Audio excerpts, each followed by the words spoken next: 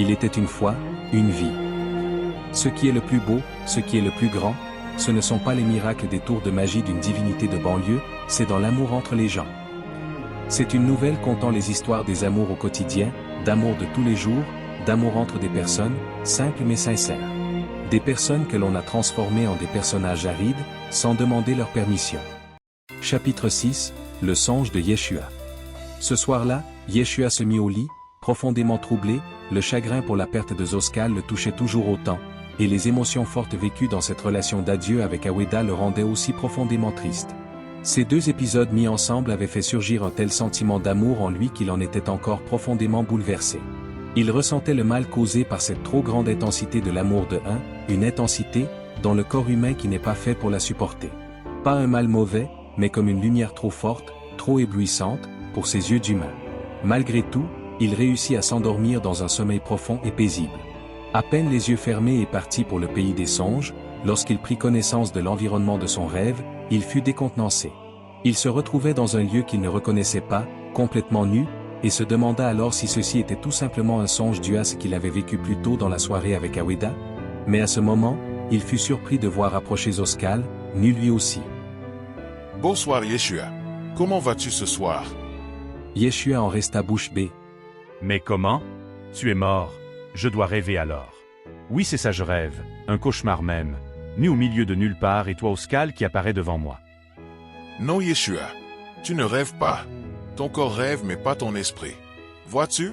Ton acte profond d'amour de ce soir combiné à l'état de l'amour de que tu expérimentes ce soir, cela est si pur, si vrai, que tu as ouvert sans le vouloir la porte menant au royaume de un veut te faire un cadeau spécial ce soir. Il veut te donner l'occasion de dire au revoir à des êtres chers. Ton amour mérite ce cadeau. Oui, tu me vois nu, tu te vois nu, mais en réalité nous sommes tous des êtres de lumière ici, sans corps. Ton esprit le voit différemment, car actuellement, comme tu es encore vivant, l'esprit de ton corps ne pourrait pas supporter cette vision comme ton corps a du mal à supporter l'état de l'amour que tu éprouves actuellement. En effet, si nous regardons de l'extérieur, avec une vision d'être de lumière propre à cette dimension de on peut y voir deux lumières l'une près de l'autre. Zoskal reprit, en parlant à d'autres entités que Yeshua ne distinguait pas encore. Approchez mes amis. Il y a quelqu'un qui ne le sait pas encore, mais qui va retrouver totalement son sourire en vous voyant. Et à ce moment, deux autres êtres de lumière s'approchèrent doucement de Yeshua. Yeshua ne vit pas deux êtres de lumière, mais des formes familières. Des êtres qu'il avait aimés profondément. Salut Yeshua. Tu ne me reconnais pas? Je suis ton hurluberlu de Kuzai Yohanan. Yohanan s'exclaffa de rire en voyant le visage surpris de Yeshua. Yohanan, mon cousin, pourquoi dis-tu cela? Tu n'es pas un hurluberlu. Je sais, mais je suis ravi que tu apprennes ce mot à tes enfants pour les prévenir de ce qu'ils pourraient entendre sur mon compte. Mais mes enfants ne savent même pas que tu existes.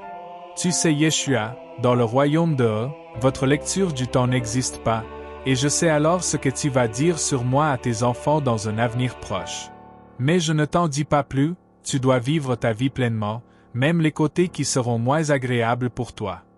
Et Yohanan s'exclaffa de rire en pensant à l'événement qui avait mené à ce qu'on lui coupe la tête pour mettre fin à ses jours sur terre. Yeshua en regardant l'autre silhouette qui s'approchait de lui dit. Et toi? Je te connais mais j'aurais de la difficulté à t'identifier. C'est normal mon fils, tu me vois dans ma prime jeunesse, avant ta naissance. Papa, papa, papa, tu m'as tant manqué, tu es parti si tôt dans ma vie. Et Yeshua se jeta en larmes dans les bras de son père Joseph. Yeshua, je suis tellement heureux que tu aies comblé ta mère de 4 petits-enfants, 3 garçons en plus. Ta fille ne trouve pas ça trop difficile tous ses frères pour la taquiner? 3 garçons? Tu te trompes papa, je n'ai que 2 garçons. Oups. Je crois que j'ai foiré la moi. Zoskal et Yohanan se mirent à rire de cette bévue involontaire de Joseph. Et à ce moment, tous rejoignirent Yeshua et ce fut une étreinte générale. Yeshua ne se souciait nullement de la nudité des corps qu'il percevait, mais il goûtait pleinement de l'occasion du cadeau de envers lui. De l'extérieur, on pouvait voir non plus 4 lumières distinctes, mais une seule lumière qui pulsait si fort qu'à son pic, elle était éblouissante pour les autres entités de lumière à proximité. Cette pulsation, c'était l'état de l'amour qui était vivant dans cette étreinte. Puis, Yeshua se réveilla, le matin était déjà là, mais Yeshua se réveilla avec le visage transfiguré, il avait un sourire de bonheur total sur les lèvres, le souvenir de ses proches étant encore dans sa mémoire. Même si ce n'était qu'un simple rêve, c'était un rêve trop merveilleux pour lui pour ne pas en être affecté positivement.